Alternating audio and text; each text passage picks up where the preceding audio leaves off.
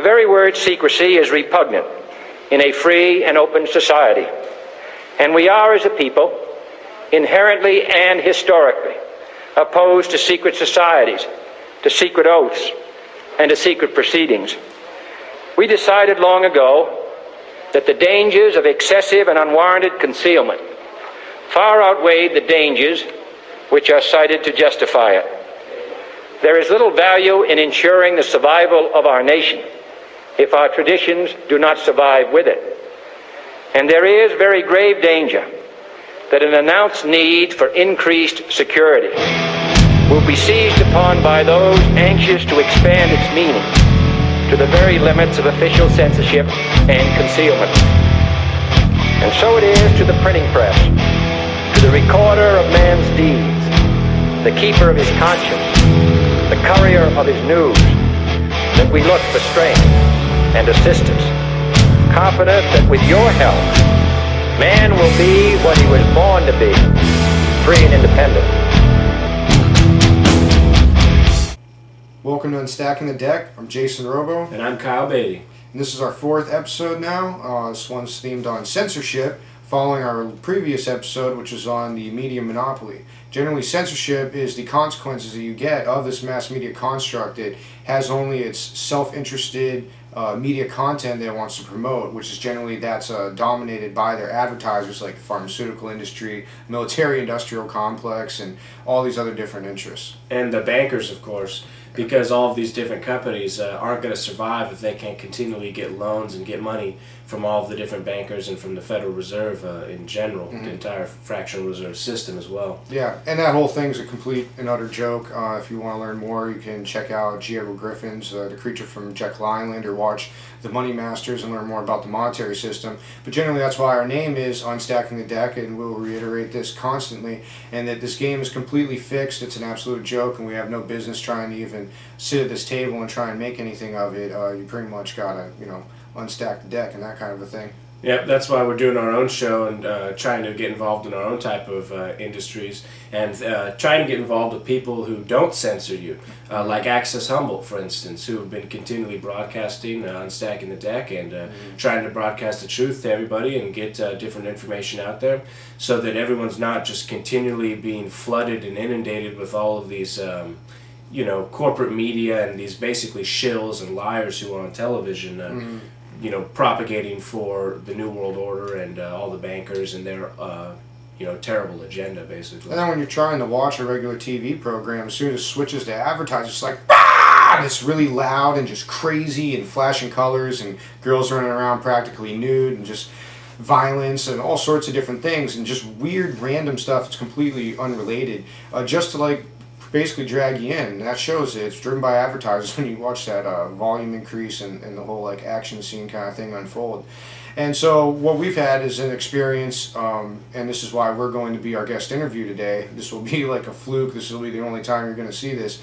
But this is just, we're going to chronicle our experiences in the censorship that's not the traditional kind that you would think of, like really slow upload speeds on the internet and waiting hours to have some site tell us that our video doesn't work, either because it's too long or it's not the right format or that kind of a thing.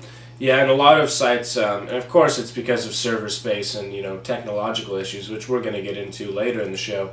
But a lot of places don't have the ability to hold all these things, so they say you can only put a 10-minute clip up and stuff. And inevitably, what that creates is people who put up small little things rather than large discussions into all the issues that are affecting us, in-depth discussion. Yeah.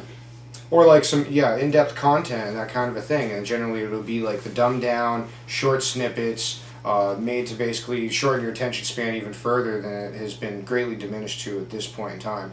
So we hope you enjoy this episode. We've been really trying to step up the game production-wise, and anybody out there who would like to get involved and help synergize with us and maybe cover some original stories locally here in our community, because that's ultimately what we want to do. Right now we're just doing what we can on our own. You can contact us, though, if you want to get involved at unstackingthedeck@gmail.com.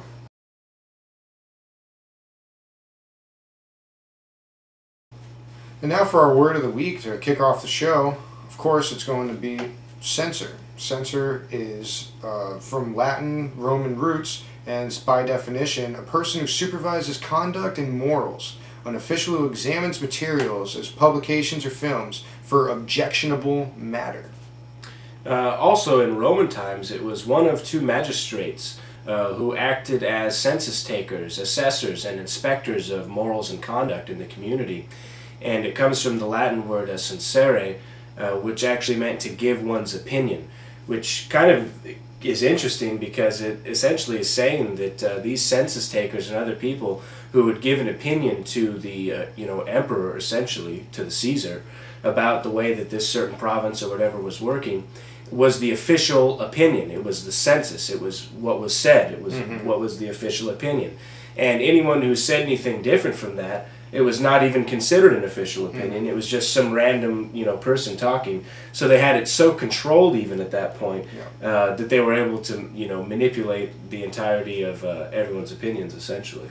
Which this, if you haven't, hasn't occurred to you or not, totally backs up what we were saying previously and why we followed the mass media monopoly with the censorship show, is that as a result of this monopoly, this official person, it's like the official story on 9/11. They don't have to really prove it. It's the official one, and you're not supposed to question it.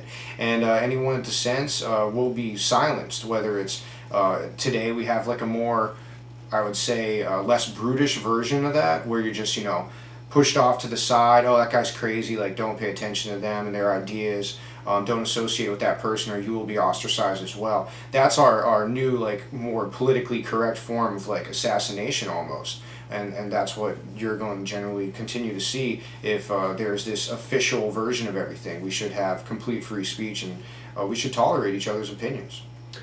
Yeah, and that's why the word is censor, because it's important for everyone to think about where it came from, the fact it came from a tyrannical ancient empire, and everything about that issue, essentially.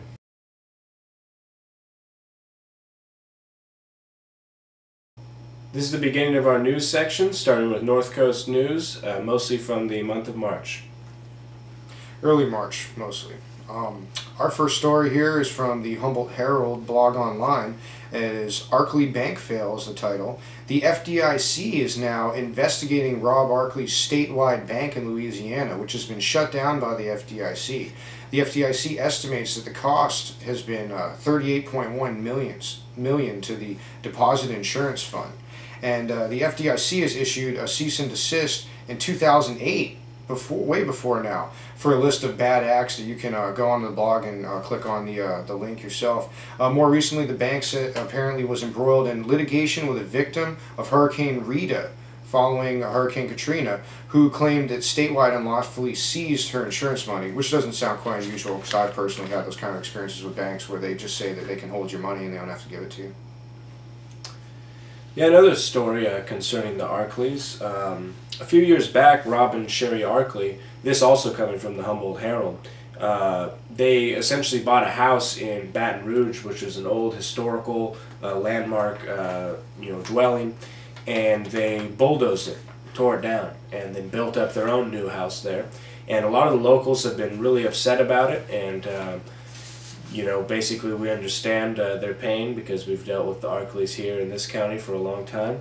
And one of the people who lived in the house before it was actually sold over to the Arkleys, a guy named Zach Martin, he said it's a shame that some outsider from California can come in and bulldoze a piece of Baton Rouge's history, which is, pretty endemic around most of the country, where rich people get to go around, and the world in general, go around and they go and buy people's stuff up and bulldoze it and trash people's things, and they don't really care about it. Well, quite often they're an alien to that environment, and they have no connection to the community there and that kind of a thing. And so, I mean, they really don't have any like moral objection really, and they also look at people, like slaves or serfs, and they're not worth anything really to them. So that's the sad truth. It's definitely a pretty disturbing story when I read about it. Yeah. Well, if you can start a bank that's going to do a bunch of illegit practices, I'm sure it's no surprise you'd bulldoze landmark houses. So not much of a break in behavior there.